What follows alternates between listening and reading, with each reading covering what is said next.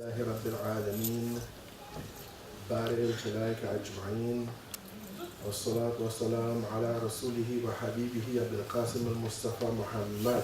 اللهم صل على محمد وآل محمد وعلى أهل بيته الطيبين الطاهرين المعصومين ولعنة أعدائهم أجمعين من الآن إلى يوم الدين.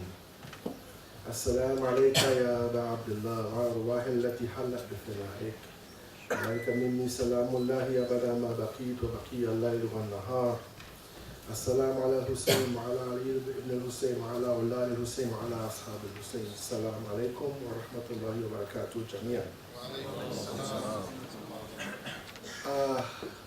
Tonight we want to talk about a topic that I think is very important for all of us, which is the topic of creating a meaningful and effective Shia community.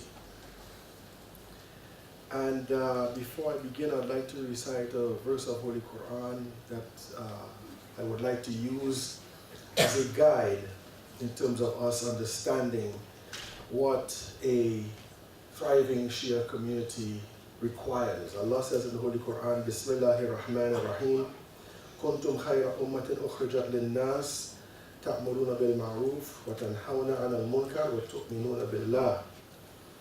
He says, you are the best community put forth or brought forth for mankind. You're the best community brought forth for mankind. And why? Why does that make you the best community? For two reasons. First of all, you exhort what is right and you forbid what is wrong. And secondly, you believe in Allah.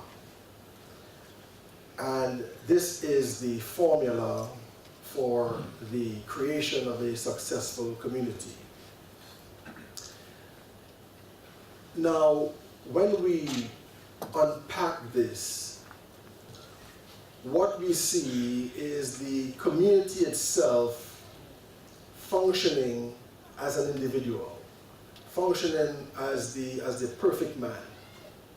In other words, all human beings are placed here on this earth to be the Khalifatullah, to be the representatives of Allah on this earth.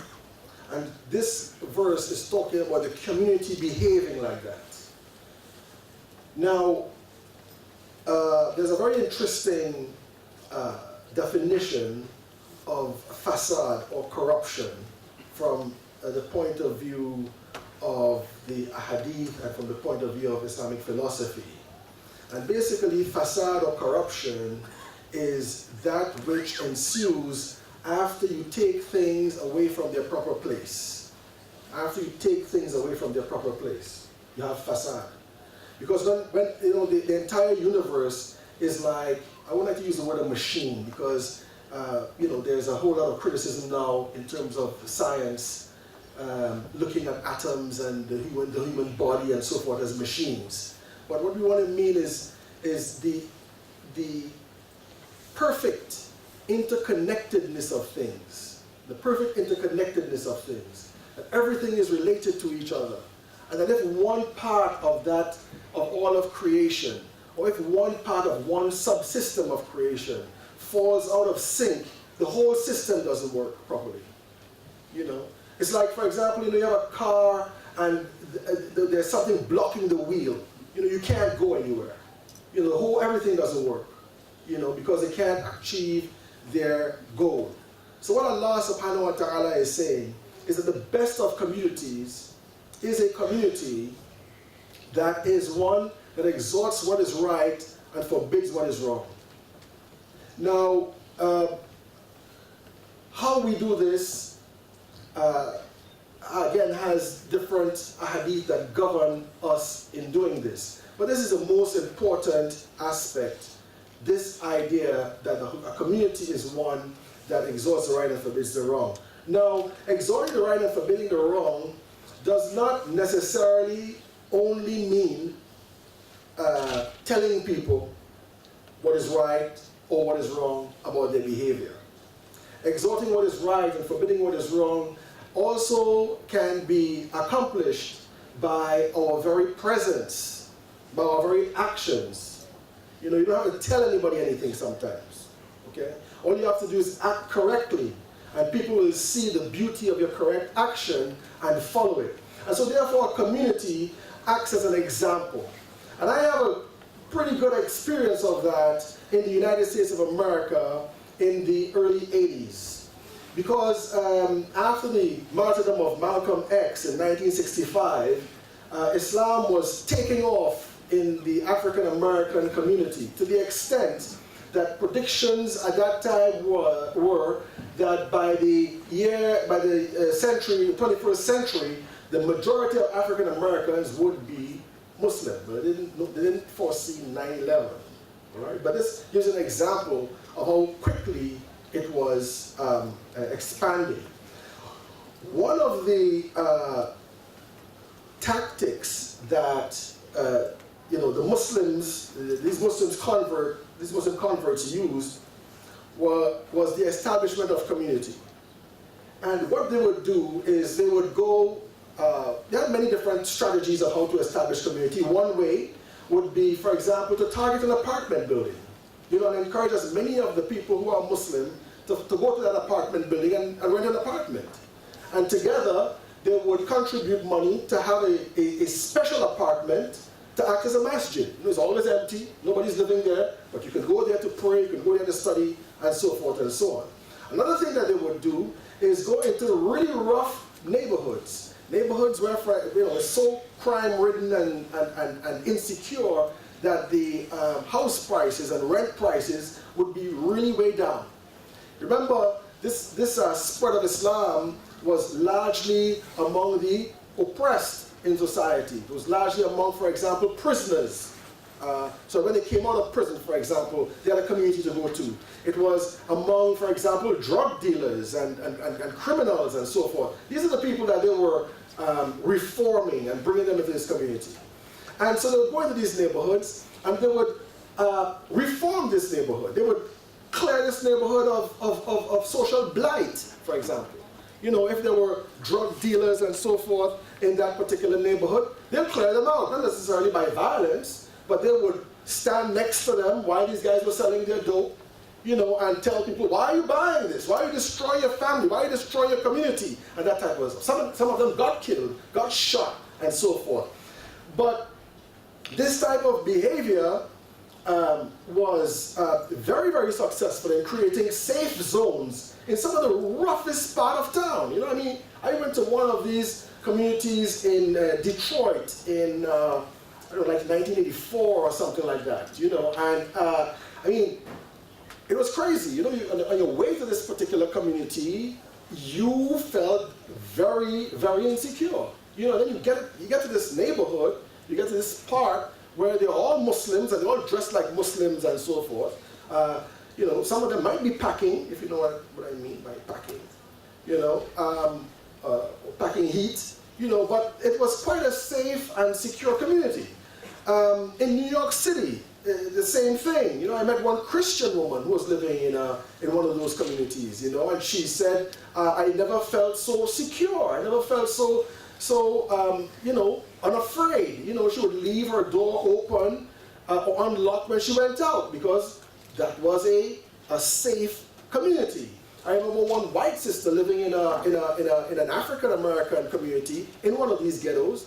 You know, and this sister was a convert, and I mean, you know, in those days it was quite weird, but this is what she used to wear, chador, you know, in America. You know, and the guys outside of her apartment who were not Muslim, looked out for her because they knew that she was a Muslim sister, and that Muslim sisters are people to be respected. You know, of course, if somebody messed with one of our sisters, it meant that they messed with all the brothers in the community, and we would all be looking for that person to rectify his behavior. But this is the kind of things that we used to do, like, you know, create communities. And in those communities, people would find safety, and it would not be exclusive only to Muslims and so on. But the key thing there was Amr Ma'ruf wa Nahy Anil Munkar, exhorting the right and forbidding the wrong, not only in terms of you know, verbal activity, but also in terms of showing themselves as an example. Now, there are other things that are necessary for an Islamic community. One other thing that is necessary for an Islamic community is proper leadership. Proper leadership. And this is one of the things I believe that, especially in the Shia community, we are lacking. One of the reasons for this is that I think, unfortunately, our community tends to look at ulama as superheroes, okay? That they should be able to do everything. You know, you want a leader for your community, you got to find an alim. You know, you want to decide where the community is going, you got to find an alim. All right? The thing is, however, that the large majority of our ulama are foreign people, are people from outside of our own cultural and social experience. All right? Not only this, they tend to be a bit older too, so they tend to be a little less flexible. And what they tend to do is bring along with them their own cultural understanding of how Islam should be practiced, how Islam should be implemented in this particular environment. This leads to a problem. Also, because of the fact that as a minority community that might be under siege almost, you need to be political. You need to be able to provide a voice for the community. You need to be able to challenge those people, whether it be people in the government, to challenge them with respect to their prejudices or their false assumptions and so forth and so on. And you cannot do that if you are here on a work permit. Okay? You can't do that if you're here on an indefinite leave to remain. You know, the only way you can do that is if you're a citizen of this place, you see. So you find that,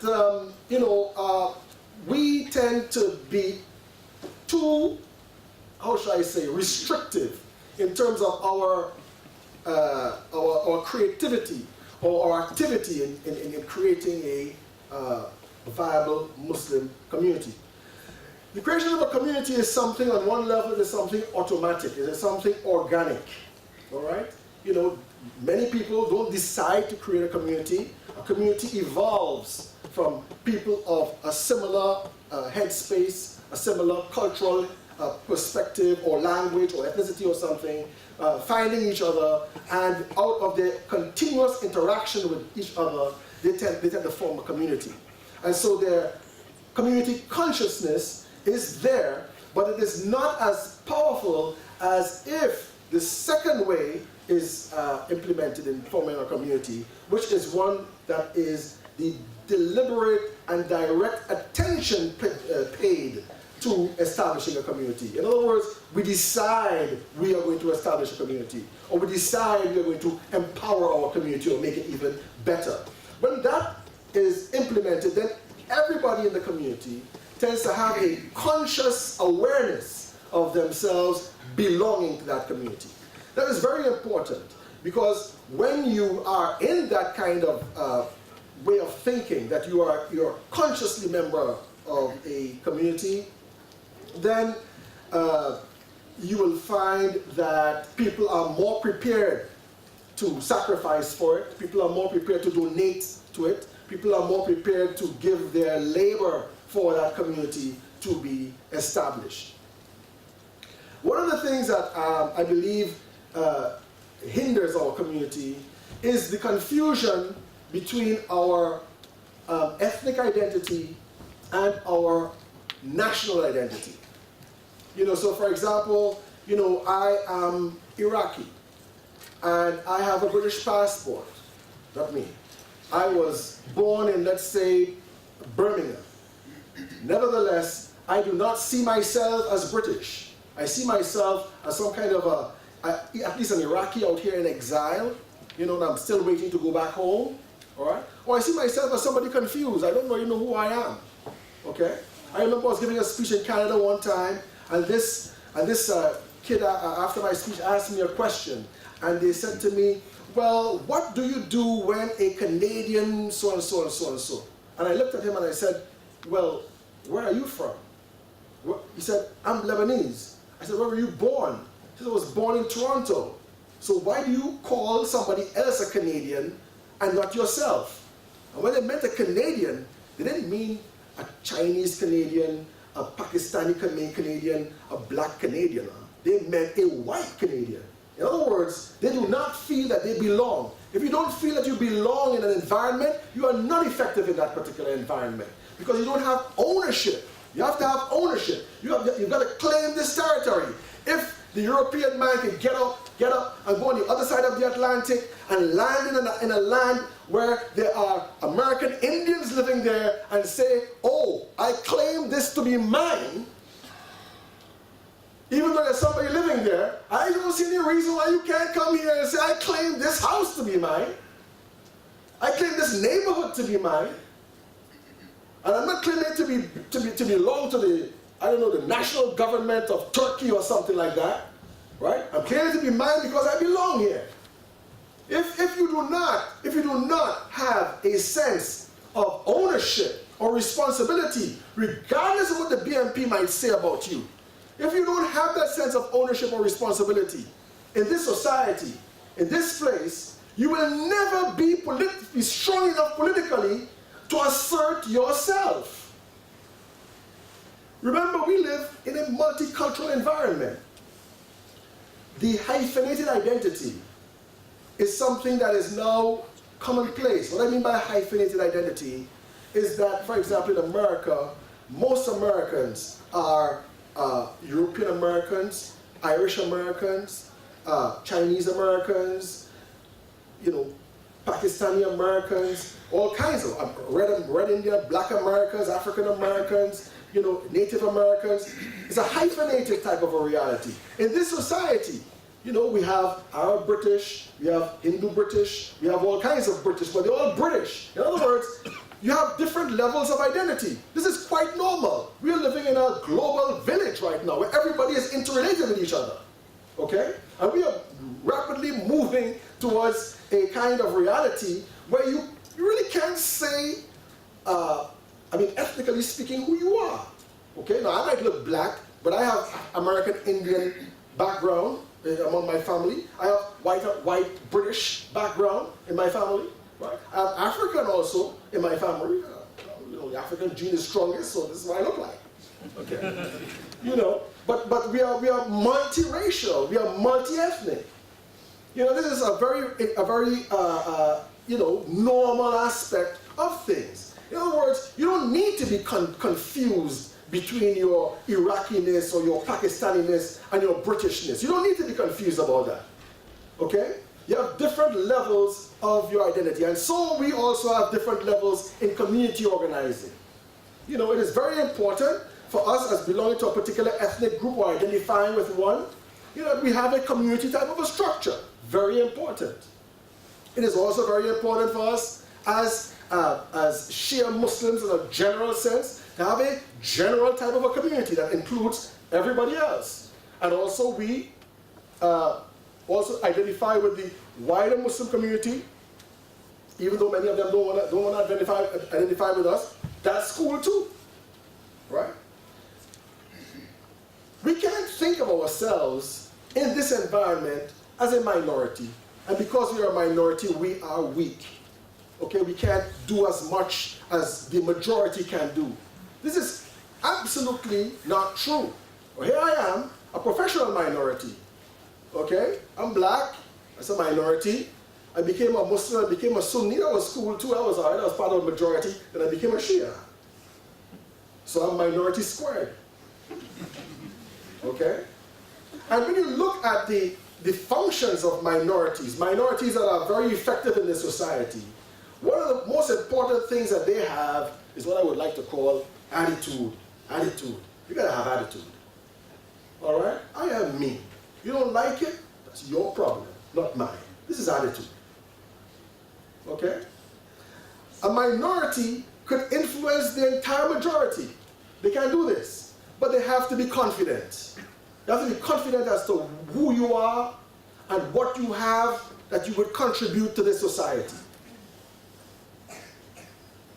And when you look at a lot of minorities, whether these minorities might be temporary, for example, a fashion trend, a musical trend, or whether they are permanent, like Jews and Sikhs and so on. What is very important is how you see yourself in terms of exerting influence over the society. If you think that you can exert influence on the society by identifying those positive things in your belief system, in your cultural system, okay, then that makes you a confident person, and that leads you to becoming an example for others. All right. So before, let's say, the 1990s, you found that, in the African Caribbean community, things like dreadlocks. Anybody knows what dreadlocks is? Everybody knows what dreadlocks is, right? There you go. You're all multicultural. Don't have to explain. Dreadlocks was purely a Jamaican thing. In the 21st century, I have seen more blonde dreadlocks than I've seen black dreadlocks. Why? Because people in dreadlocks, Rastafarians, were proud of what they were doing. Were proud. It was hard for them to find jobs. They would always be searched when they came into the airport, but they didn't care. This is who I am. Okay? That confidence, that attitude, is what made other people follow them. And I've seen this happen over and over again in a lot of cases of Islamic conversion. Okay? The majority of conversions take place without a person uttering a word to that other person. What occurs is they see a type of behavior, they see a type of harmony, they see something beautiful in our interrelationships, and so they want to be part of that. I used to have conversion programs at my house when I used to live in Canada. The person who was coming to my house never knew it was a conversion program, because they'd be there, all of us, Muslims sitting there, and we'd be talking about something that we believe in. We wouldn't be trying to focus on them. We wouldn't be talking about the Bible or anything like that. We just bring them into an ongoing discourse about different aspects about Islam. And these people eventually became Muslim. And when you ask them, why did you become Muslim, only a very few would say it's because of what you said, it's because the topic was this, it's because this particular statement opened my eyes. Very few people would say this. A lot of them would say, I have never seen such a number of young people being married and having kids. Okay? Because at that time we were in our 20s or something, we were married, we had kids. That was something quite strange for people in this society. Okay? You find a lot of women becoming Muslim because of this. Because once you get past puberty and so forth, you have this desire to reproduce, and there's this tendency, and you want to be settled with a spouse and so forth and so on. And you live in a very insecure place when it comes to choosing a spouse and so forth. And here you come into a community where you find young people, they're not partying, they're not going to the pub on a weekend and so forth, but young people who think, who have good relationships with their children and so forth. Some would say, for example, you men, you kiss each other. When you say hello and you say goodbye, you hug each other and you kiss. We live in an environment where, for example, there's a lot of young men who don't get fatherly affection from their fathers. They don't. This is why a whole lot of young people join gangs, They join gangs in order to get affection from a male. Okay? So you find brothers hugging and kissing. This is attractive to them. I saw you guys doing this. I found it I saw how you guys related, how you interacted with people, how you were welcoming to people. These types of things encourage people to be Muslim.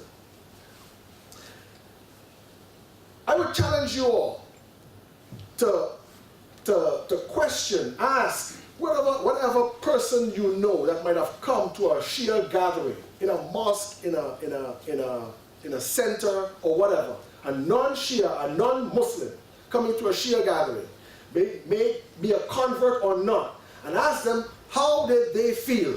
Did they feel comfortable? The majority of them will tell you, I did not feel comfortable. You know why? Because we do not extend ourselves outwardly to other people, to strangers. And I think that has something to do with what I would like to call historical trauma. Historical trauma. Our fears, our the causes of our pride and so forth and so on has a lot to do with what our ancestors have experienced. Okay, it's passed down to us. So historical trauma means the majority of Shias used to live as besieged and potentially oppressed minorities. And so therefore they had to downplay their religion. They had to be introverted. They had to be introverted. You know, they were looking inside. They would circle the wagons, for example, because they are in a danger of being annihilated. And so we bring this down across the ages to now, where we are still introverted, where we still are not too, we're suspicious of strangers coming among us. Now that's fine when you're living under the rule of the Abbasids, you know, but when you come to a country like this, or someplace in the West, where the bazaar of ideas and beliefs are open, you know, and we are encouraged to compete on that bazaar of ideas, this is where it does not serve us properly. Because instead of taking the stage and putting our point of view forward, we tend to go backstage and try to arrange something small. So for example, a Sunni walking into a university or a workplace or something, the first thing he's thinking about is Sunnifying everybody. Okay? He wants to know where Salatul Jum'ah is being held. And if it's not, then we're going to organize something like this. A Shia student, for example, on the other hand, he doesn't think about Shiifying everybody. He thinks about where you guys get together so we can do Dua Kumail. Right? All by ourselves. In the back there somewhere. Alright? You know, so you'll be sharing, for example, a prayer space. You'll be sharing a prayer space, but you never, even though it's for everybody, including Christians, but you will never get a chance to lead Salatul Jama'ah prayer. Right? Why? Because we don't have attitude. We do not have attitude. Alright? We are always looking to take the easy way, not to ruffle any feathers, you know, and that's how we continue in life in this country. And it doesn't work. You know, the first time I went to Birmingham to give a speech, somebody was telling me about a bunch of rough brothers, you know, who had embraced Shiaism in prison, and they came out, you know, and they would go to the biggest Wahhabi mosque in Birmingham and make sure they were there before the Friday prayer started, so they'd be in the front row, and they'd take their turbans down and put it in the front, you know, and none of those guys, that whole mosque was afraid to mess with these guys because they had attitude, okay? And this is what we need to have. This is what we need to have. The people who were the companions of Imam Hussein alayhi salam, you know, in taking on the forces of Yazid, you know, 72 versus 30,000, okay? That's, you know, some serious attitude. Some serious attitude. It was said that these guys, before they went to the battle, they were fooling around, they were having fun. They were smiling and laughing and joking and stuff like that. Right? These guys were nothing. 30,000 people baying for their blood, they were nothing. You know, and when they went in the battlefield, their rajas, you know, was full of attitude. Right? This is what we have to learn from Imam Hussein alayhi salam. This is what we have to learn. We have to spread the spirit of Islam in our new community. We have to do this. And the best way of doing this is us doing it as a group, collectively, as one particular community. And not as an Iraqi community and a Pakistani community and an Afghani community, but as a British community. This is very important. Because when you look at these processions that they have, whether it is for the 10th of Muharram or whether it's for Arbaeen, okay? And you're a stranger watching this whole thing, you think it is weird. It's weird. You have no idea what is going on. There's nothing to indicate to you that this is something that you should be gravitating to, that it means something to you. First of all, they're in the middle of the street striking their chest like crazy. This looks weird. I'm not saying you shouldn't do it, huh? I'm not saying it looks weird. Okay? And you're going to find a way to get them to understand why you do what you do. Okay? And if you should do it. Alright? Because all of this is culture. You don't need to sort of like be attached to it as if you're attached to Salah. It's not the same. The other thing is, most of the signs are in a foreign language. Not only in a foreign language, but in a foreign script. And then people start bringing out even more weirdness. Then they bring out the horse. Okay? Then they treat that horse as if it's some kind of a totem or a fetish. Collecting the horse droppings and stuff like that. Come on. Who are you doing this for? Okay? For most of them, they're doing it for people back in Lahore. They're not doing it for people in, I don't know, Manchester or Birmingham. They're not doing it for them. They're doing it for Lahore. They're doing it for themselves. All right? I don't care if you don't understand what I'm doing. I don't care. Right? I just want to get on the street, just as I did downtown in my home country. Right? And go crazy. And if it wasn't against the law for you to do takbir, my friend, the street will be running with blood. You don't spread Islam like this. In exalting the right and forbidding the wrong, one of the things that the Imams emphasize, for example, is rifq, is gentleness when you are exalting the right and forbidding the wrong. Gentleness. And what gentleness means, you don't go up there and you're like, like some of these Wahhabis, you go up there and accuse people of things and condemn people of things and so forth. No, you show people respect. Yes, even the gays, man. Even the gays, you show them respect. You show everybody respect. You show everybody love. You show everybody kindness. And then in this way, in your personality, in the way you conduct yourself, this is how your community is increased. Give salawat to the Holy Prophet Muhammad and his family.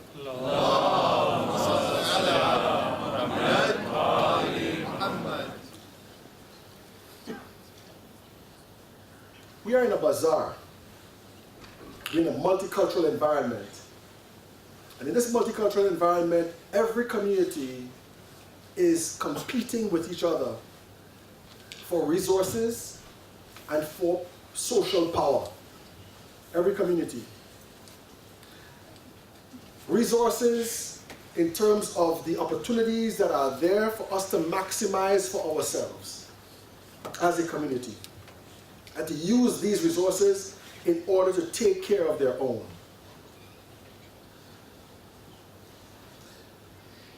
Have you ever seen a Jewish person on the street begging? Have you ever seen a Sikh person walking the street mumbling to themselves because they're crazy? They do exist. There are poor Jews. There are crazy Sikhs. Right? No, it's no joke. They are. Right? We don't see them on the street like this. Some years ago, some man died, in his house. Nobody knew this man was dead until after a couple of weeks. Muslim man. Nobody knew he was dead after a couple of weeks when his body started to rot. And it was very difficult to find a place, a mosque or a center that would bury him.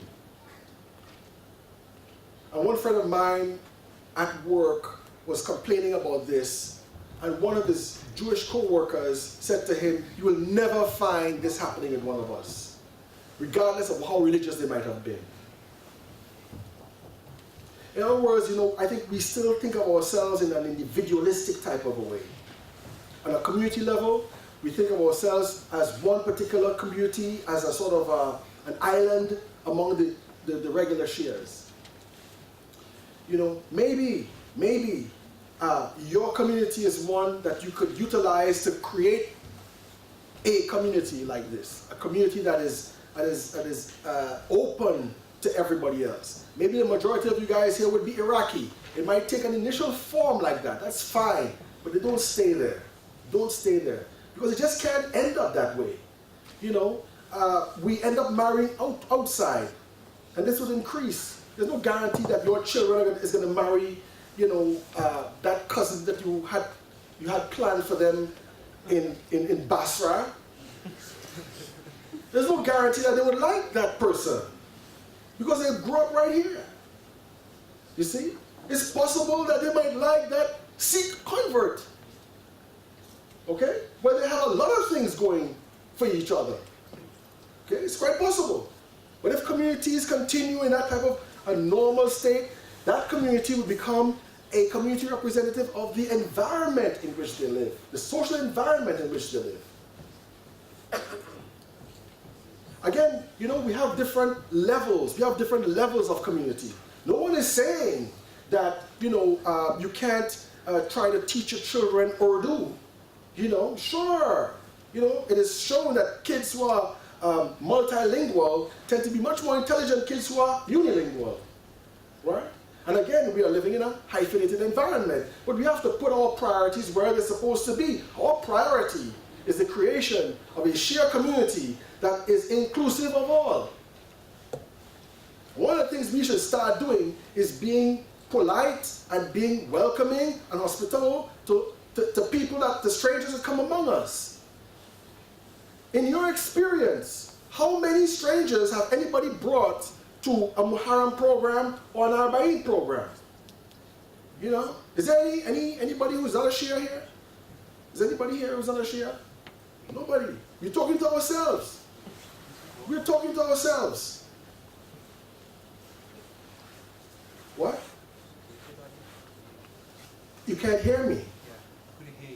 Oh, I was just saying that there's nobody here in this audience that is from a non-Shia background. Christian. Hmm? I'm a Christian. Oh, good for you. Who brought you? Him. Give salawat for this brother.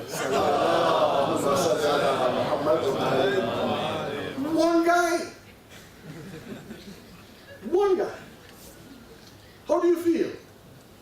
Blessed. Good. All right? Probably it's because of me being up here. But you have friends in school. You have friends at work. What we talk here is universal stuff. We're not saying that, you have to believe in the Prophet Muhammad in order to be saved. We're not saying this. We're talking about problem solving from a religious point of view. We're talking about understanding ourselves, understanding human beings from a religious point of view. It means that we're not going out. We're not going out. And if we're not going out, we cannot grow to be that successful community that we would like to have. To be a successful community, you also have to get involved in political activity.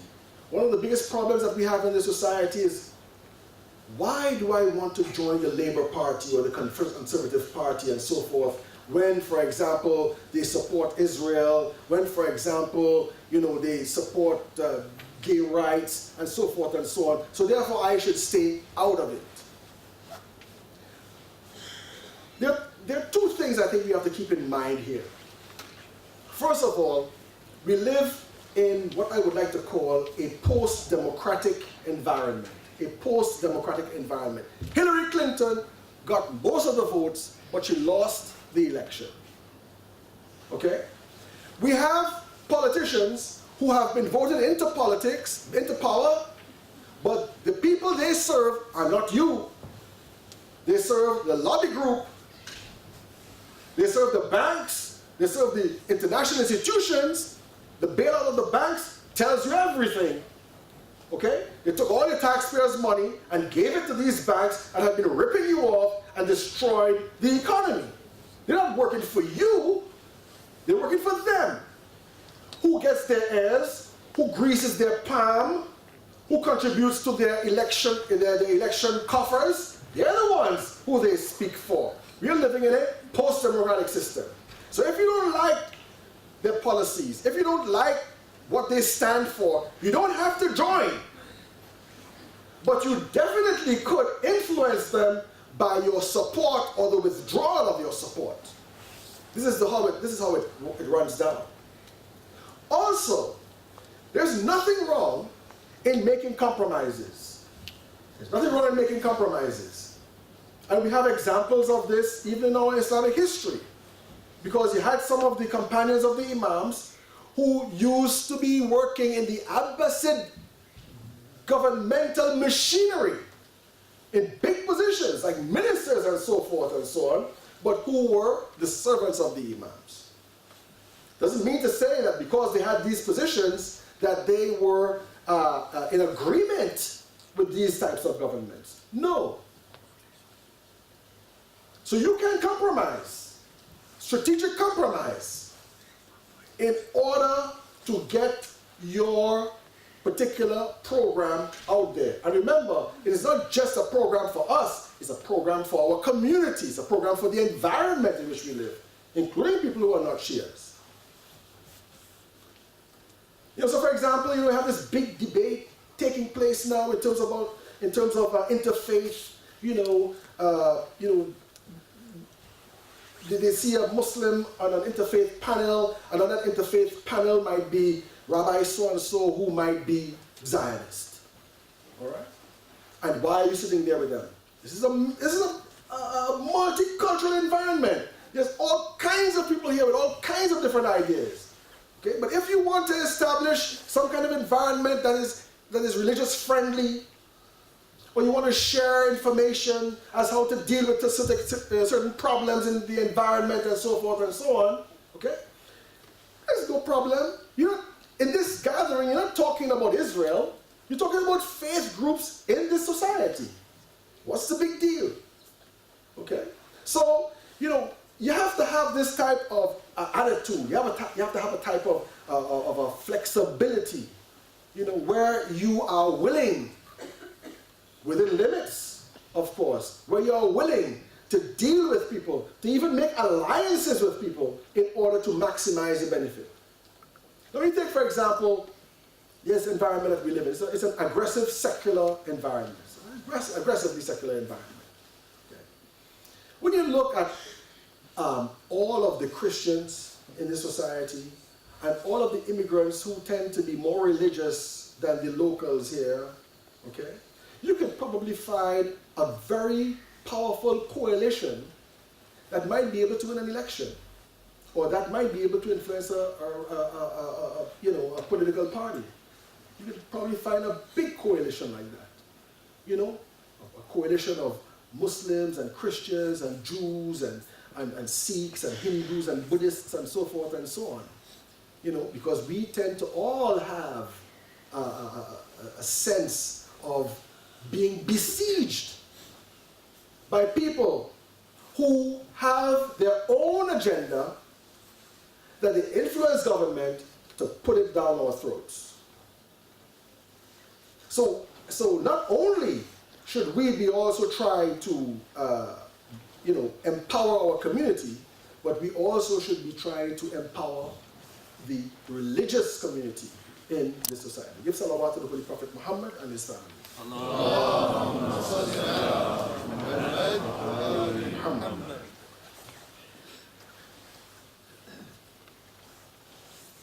So a community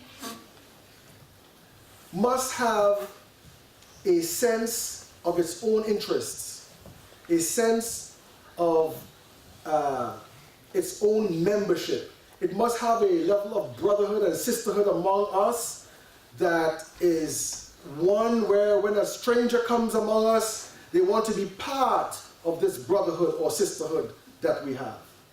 A community must have a proper leadership that can guide the community with vision.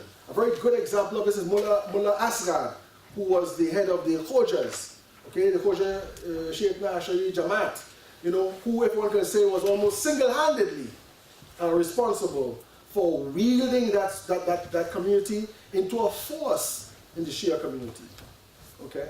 So we need that type of leadership. And that type of leadership comes from especially our youth, okay? Or the impetus, the engine to move that community forward definitely comes from the youth. All right? So you might have a leader that might be older, but the people who would implement that would be the youth. A very interesting story about Imam Jafar Sadiq alayhi salam, where where somebody came back from Basra. At that time, Basra was not majority Shia or anything like that. And he asked him, how is our affair, meaning how the affairs of the Shia, Imama and so on, happening in Basra. And the man said, well, nothing has changed, the community hasn't increased or anything like that, there's a lot of older people and so on. He said, did you speak to the youth? You talk to the youth, because they're the ones who have that energy to take it forward. We have to energize our youth. So when you're teaching them on weekends, not only should you be teaching them Quran and Arabic and so forth, you should also teach them how to be empowered. You should also teach them the vision of the society so that they grow up with that. So they're able to implement that. Unfortunately, this is one of another problem that in our community that we have. They don't really attach a whole lot of importance to the youth. Okay, and when I say youth, I mean anybody from 45 down. They don't attach much importance to them. Okay, and this is another thing that leads to problems. So for example, they might be building a masjid or something like that. They don't even think about a gym for young brothers, for example. All kinds of things that like that are taking place, right? We need to be thinking in terms of empowering our youth, right? Empower them on at least the 2 basic levels, right? Or the 3 basic levels, right? Empower them spiritually, empower them academically. So you have, for example, cooperative types of programs where you have people being helped with their homework and so forth and so on, right? And empower them physically. Youth are people who are active. Youth are people who need to sort of strengthen themselves. Youth are people who need to be fit. Okay? We're preparing for the zuhur of the imam. You think he's going to want you if you're big and overweight? You think some miracle is going to happen, you're going to lose all your weight, and you'll be able to run 1,000,000 miles? No. You have to prepare yourself for that. As I mentioned yesterday, our sisters are in the front lines, and I think we should have a concerted effort in our community to teach our women especially, but not just them, also our brothers, self-defense. Because you will be harassed. You might be physically accosted. You see, and you should not be afraid of it. You should not run and cower and hide. You see? I got some girl daughters, girl daughters, yeah. I have some daughters, nobody can mess with them, you see? Because I brought them up that way. Okay? And I think you need this type of things. All these things you need to do. And with that, you will be successful in having a great community. Another very important aspect of a community is its cultural environment. Its cultural environment. That cultural environment should be such that it presents itself as the best of British culture. The best of British culture. And some more. Okay? It should not be presented as the best of Iraqi culture or Indian culture, or the best of British culture. So when a normal Britisher sees you in operation, he will say, yes, this reflects something that I want to attach myself to. Culture is a dynamic thing. Culture is not a static thing. Culture is a dynamic thing. Just imagine, just see how you speak in your mother tongue, all right? How many English words you bring in there. How many expressions you bring in there. How your body language even is many times English. It's dynamic, okay? The language you're speaking is absorbing English language into it, okay? What is culture?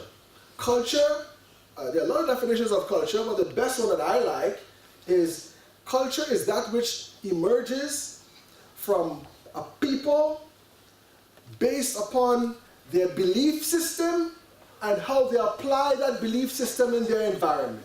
This is culture, okay? It reflects your belief system, and how you apply it in your environment, this reflects your belief system. I'll give you an example. The Aztecs, You know who the Aztecs are? Who doesn't know what the Aztecs? No, I wouldn't let you do that. The Aztecs are an American Indian civilization that was dominant in Mexico before the coming of the Spanish. Okay, with pyramids and so forth. Very, very powerful civilization. The Aztecs had, for example, the technology of the wheel.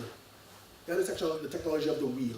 Okay, because historians and archaeologists and so forth have found wheels on toys among the Aztecs. But the Aztecs never had a chariot or a cart that had a wheel. And the reason being was that their belief system saw the wheel as something sacred. And so it's not something to be used in a kind of a mundane fashion and have it dragging on the road and all of that type of thing. So they never had it in their culture.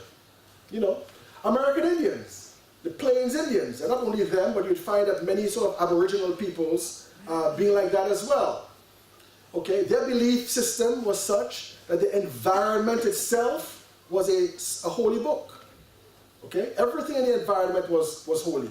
We have that attitude in Islam as well. The ayat of Allah is not only in the Holy Quran, but ayat on the ufuk, or afaq, in the horizons, the ayat in your environment, the trees, the mountains, and so forth. These are all signs of God. Okay, now these people saw the world as the signs of God. How did this impact upon their culture? Well, they had a nomadic lifestyle. They would not create permanent structures. They wouldn't build roads. They wouldn't cut down trees to build houses and so forth and so on. Why? Because it would be just like, erasing verses from that holy cosmic book that they have in their environment. So they lived a simple type of life. They followed the herds wherever they went. They had their mobile tents and so forth. And they walked, as it was said, softly on the earth, not leaving a mark upon it. This is their culture. All right? Imagine you bring to this culture a saw. What are you doing? You're destroying the entire worldview.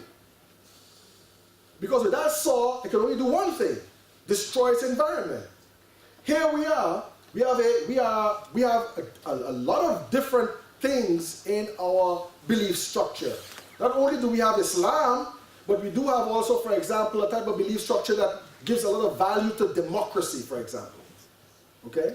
That gives a lot of value to the reasoning.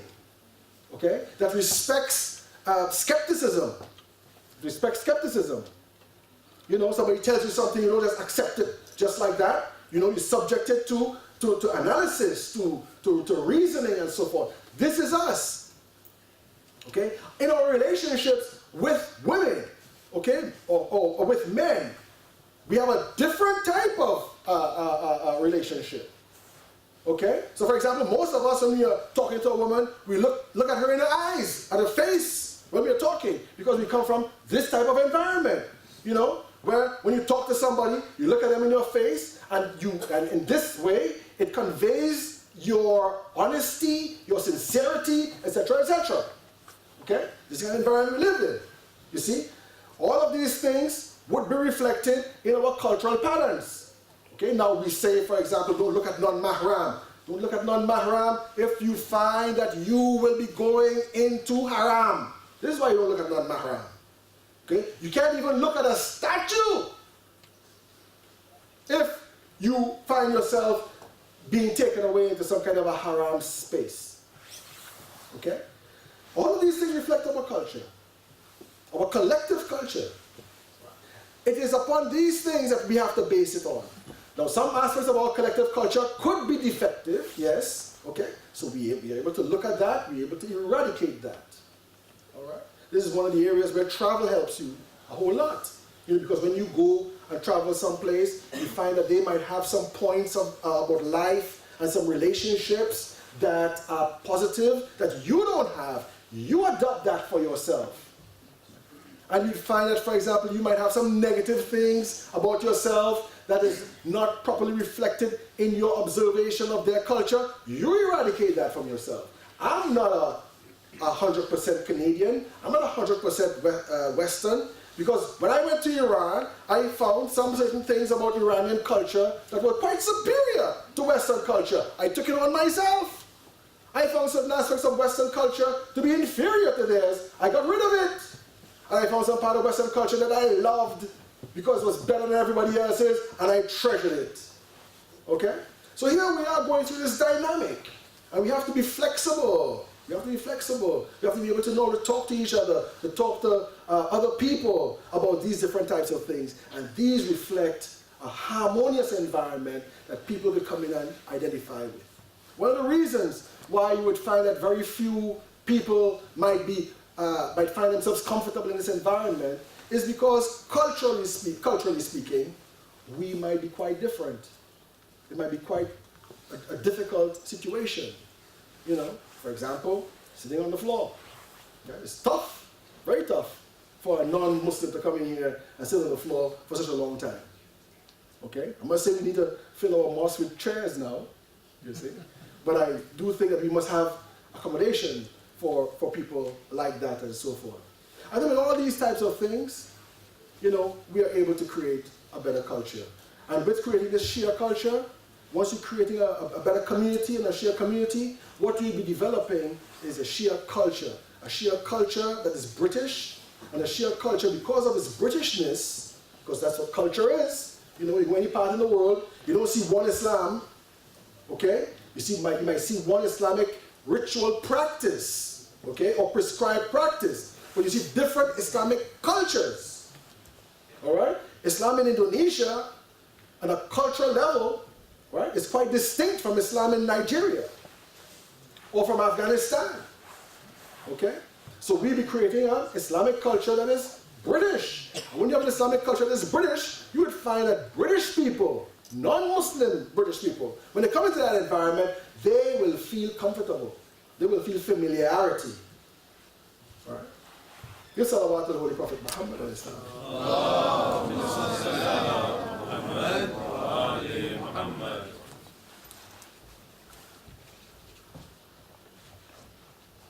So wrap this up. In terms of Amr Ma'ruf and Nahi al-Munkar, exhorting the right and forbidding the wrong, in terms of the practice of it, when you go back to a hadith where the Holy Prophet sallallahu alaihi wasallam said, if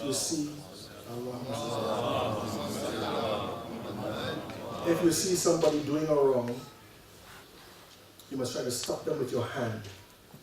And if you cannot stop them with your hand, you speak about it. You speak about it with your tongue. And if you cannot do that, then you must hate that thing in your heart. And this is the least of Iman. Stopping with your hands doesn't necessarily mean literally stopping with your hands. You can incorporate that, but it doesn't just simply mean this. It means being able to act directly in order to stop this. Act directly. So if I'm a legislator, okay? You know, I am the, I don't know, Attorney General or something, I don't know what you call it here, or the Chief Prosecutor or something like that, okay? I could introduce a law that says people shouldn't do X or Y. This is stopping with your hands, all right?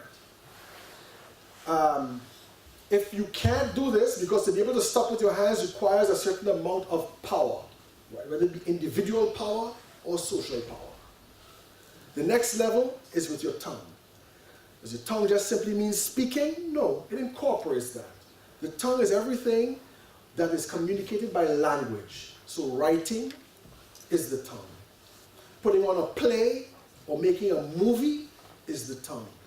Poetry is the tongue. Song is the tongue. All right? So in other words, you have to be able, as a community, to be able to produce material to present to other people and to your people what your opinion is or your analysis is about what is going on.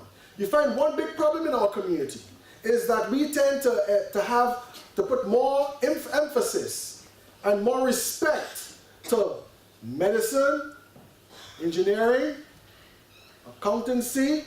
Is there anything else? Dentistry. What else? Huh? Pharmacy, yeah, pharmacy is a big one. All right? That's about maybe 5 or 6. When your kid says, I want to get into a fine arts program, you are horrified. They're going into a life of poverty. How can I boast about you to your auntie from Basra? Your kid says, I want to be a reporter. Are you crazy? What's the matter with you? Are you stupid? You should be a doctor. The kid tells you, I want to be a playwright. Oh my God, it is time to do azar. So you don't have any respect for the arts. And it's the arts that are very important for community. It's the people who are able to see in a special way. How could you have a community if you have nobody to communicate? When you look at those processions down the street for Ashura or for Arbaeen, that's when you see lack of creativity. I'm telling you, lack of creativity. They're unable to think outside the box. Unable to think outside the box. You should be putting on plays, man. In the city square, you should be doing that. You should be writing songs about Imam Hussein alayhi salam. You should be painting pictures and doing calligraphy and so forth. These are the things that keep community together. These are the very important things. This is why there's no mystery that most of the great politicians, they're not doctors or lawyers or engineers, and if they were, they left that trade a long time ago. They're people of the arts. And we tend to look at the arts as something that is non-viable.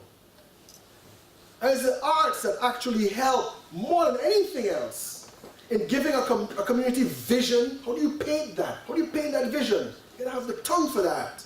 You have the imagination for that.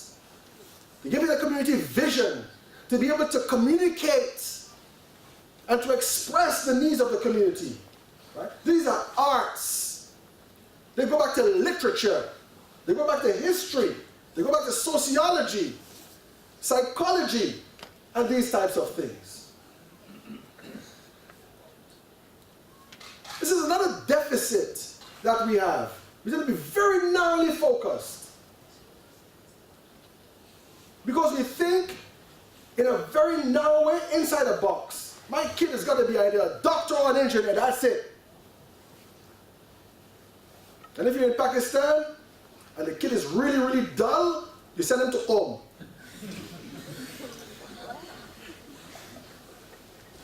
So at least he's really respected.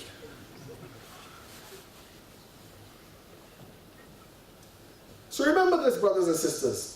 Community development could be a deliberate thing or it could be an unconscious thing. All right? There is no rule that says where the sheikh is, that's where community development begins. It begins at school. It begins among your friends. Right? It begins beginning right here in this room. The only thing is that we have a choice. Either we take that entity and we willfully and consciously try to make it something grow faster and develop faster, or we just leave it and it will just develop in a longer period of time into a form that you may or may not like. But community development must go on, and culture must always go on. It must be generated. And we know that there are many differences between us and the countries of our origin. Not in terms of our appreciation for Islam and so forth, no, but in terms of our view of the world, in terms of how we would like to see ourselves in the future. And I think this is something that is a treasure for us that we must use. When we have this idea, idea that we are consciously in the process of making community, this makes us servants. We are quick to sacrifice for that community. We are quick to give our resources to that community. Resources are not just money. Resources are in skills, for example. You know, the Jehovah's Witnesses, you know, they build their kingdom halls, I think that's what they call them, the kingdom halls, right? They tend to build their kingdom halls on the basis of utilizing the resources of the people in their community. So one guy is a carpenter, okay, good, you got a carpenter. Another guy is a mason, Another guy has got some money, you buy the bricks, okay? Everybody in the community contributes to this. When they're building their kingdom hall, everybody turns up. Everybody turns up. You know, you might be a mason, or you might be a carpenter, but you can move a wheelbarrow, for example, okay? These are people who are consciously creating community. This is what we need to do. You see? So when your leaders come, when whoever is going to come and, you know, be an authority in the environment, you watch him closely and you ask him, you know, what do you think about this community? You know, how do you see this community developing and so forth? And you can come to a clear idea, you know, as to if they are useful or if they're useless. Okay? And if they're useless, get rid of them as quickly as possible. You don't have much time to waste. Salawatu to the Holy Prophet Muhammad and his family.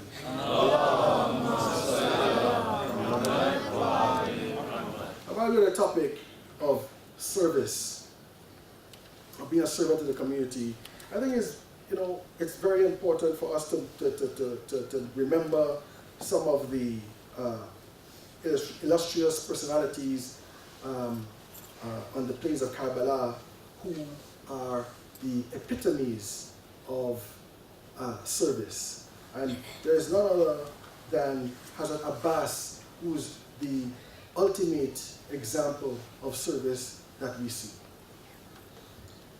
Indeed, when we read about the life of Hazrat Abbas, we see that Imam Ali alayhi salam, before Hazrat Abbas alayhi salam was even born, that he was thinking about having a son who would be of service to Imam Hussein alayhi salam. And so he asked his relative Akil to investigate as to a woman from a tribe that might be known for its bravery and so forth, because he knew that Imam Hussein alayhi salam would need someone like this, someone from good martial stock to be able to help him. And here we have Hazrat Abbas being born. And his service goes back even further to when he was a child, and he was always at the beck and call of Hazrat Imam Hussein alayhi salam. Indeed, he never called Imam Hussein my brother. He used to call him master. One day they said that Imam Ali alayhi salam was on the mimbar and he was giving a speech, and he saw Abbas, and Abbas was always watching Imam Hussein. Abbas was a little boy at the time, and he saw Imam Hussein's lips were dry, and he ran out to bring water for his master. And in his anxiety to bring the water to him, he saw the water had spilled on both of his arms, and Imam Ali alayhi salam broke down crying. When they asked Imam, why were you crying? He said this boy would lose both his arms later on in life in service of his brother Imam Hussein alayhi salam. So you have Hazrat Abbas going all the way back to that particular aspect of service. And so now here they are, grown men on the plain of Karbala. And one of the names of Hazrat Abbas is a Saqqa, the water bearer. He's the one who's of service. He's the one who's bringing the water. He's the one who, when the children are thirsty, they call out for him to get water for them. So here's this strong, powerful man, at the beck and call of these little children. They loved him so much. Because gentleness is a very important aspect of completion. Not only can he fight, but also he could be gentle. Not only could he dominate the enemy, but he could also humble himself to be the servant of a young girl like Sakina. And so Abbas is hearing all the children crying and seeing their parched lips, and the children come to him and ask him to get water for them. By that time, all of the companions of Imam Hussein alayhi salam have been killed. All of his close family have been killed. All that is left is Hazrat Abbas and Imam Hussein alayhi salam. And so, Imam, with a reluctant heart, gives him permission to go and get the water. There's some accounts that say both of them went to the water, but only Abbas was able to get to the water, Imam Hussein alayhi salam being cut off from him. And so Abbas reaches the water. And you know, when you're thirsty, your initial instinct is to drink the water when you get it.